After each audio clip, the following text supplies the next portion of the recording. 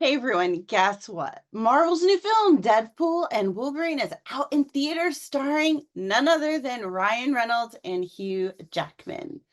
It's no secret that I have been excited about this film, maybe too excited. Are you ready? Fuck yeah, I'm ready. I'm the Wolverine. But lots of people are actually holding back on their excitement because Disney has made such a mess of stories lately. So, how did they do?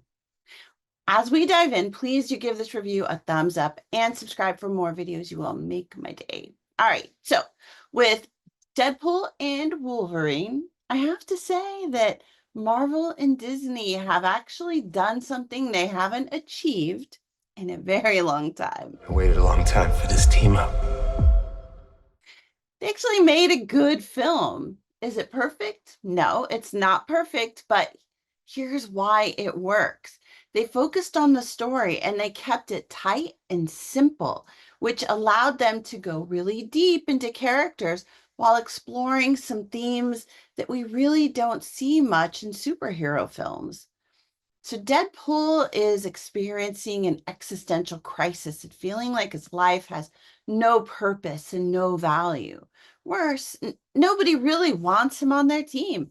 He desperately wants to matter, but now he just sees himself like he thinks other cool superheroes see him. So he gives up and he resigns himself to a life of mediocrity to be forgotten. That is until the TVA shows up and he realizes that his entire timeline and all the people that matter to him will cease to exist. And the only way that he can save his universe is by convincing one of the multiverse Wolverines to come and help him. There is a spectacular montage of Deadpool jumping from universe to universe in search of a Wolverine who will help him. It's so much fun to see all these different Wolverines, but there is one in particular that is just super, and you will know him when you see him. Eventually, he finds a drunk loser Wolverine who can't even get his blades out properly because he let his entire world down and he's experiencing his own existential crisis, which is really fueled by guilt and self hate. These two versions of Deadpool and Wolverine are just a perfect fit for each other. And their fights against each other, that is, are absolutely epic. Oh, and the soundtrack. You know, I love music. So the soundtrack, it features songs that are perfect for the moment, with the lyrics kind of reflecting the emotions of the characters and the rhythm matching the energy and the action on screen. And the melodies, they really resonate with how the audience, how we are feeling as we are reacting to the story. And Deadpool himself actually commenting on the music just pulls it all together. It was a smart sound design that really heightened the story experience. I also thought that the cameos were a lot of fun. They were all really well chosen, bringing in past characters and guest stars, all of whom Deadpool also calls out in his signature style. And while I do think Marvel has overplayed the multiverse angle just a little too much lately, Deadpool and Wolverine's story is actually so well suited for the multiverse that I don't think that they could have figured out how to do a film like this without it. And honestly, I mean, just being honest, Marvel's universe was made a bit better by focusing on a story with these two washed up heroes, giving them something to fight for, even if they spent half of the movie fighting with each other, which again was just awesome. This actually makes the film especially relevant and poignant because this is really the exploration of superheroes who have been forgotten, aged out, or lost their relevance, or really never rose to the promise that they wanted in their lives. And That just sounds a lot like everyday people. Then to find so many of them in the TVA's wasteland and to see who they have become or how they died, it really does bring home the idea of the disposable modern hero. We use them up and throw them away. What does that say about society? And honestly, what does that say about us? What I love about the way that Deadpool and Wolverine explore the idea of the disposable hero is that it brings the audience into the movie. So it's not just Deadpool breaking the fourth wall and coming into the theater with us. We also find reflections of ourselves in the forgotten superheroes who are scrambling to stay alive in the wasteland. So yeah, there was also a lot of CGI, but it was actually pretty well done. And I don't know, I'm not a CGI nerd. So I really didn't find myself caring that it was maybe used a bit too much. I liked it. It was fine. They also threw in every Deadpool hack that you could imagine. And slight spoiler here, so plug your ears if you don't want to hear this. Um, they even threw in one Deadpool that I swear looked like a Toclafane from season 3 finale of Doctor Who that featured the cyborg heads of humans just kind of floating around and doing nefarious things.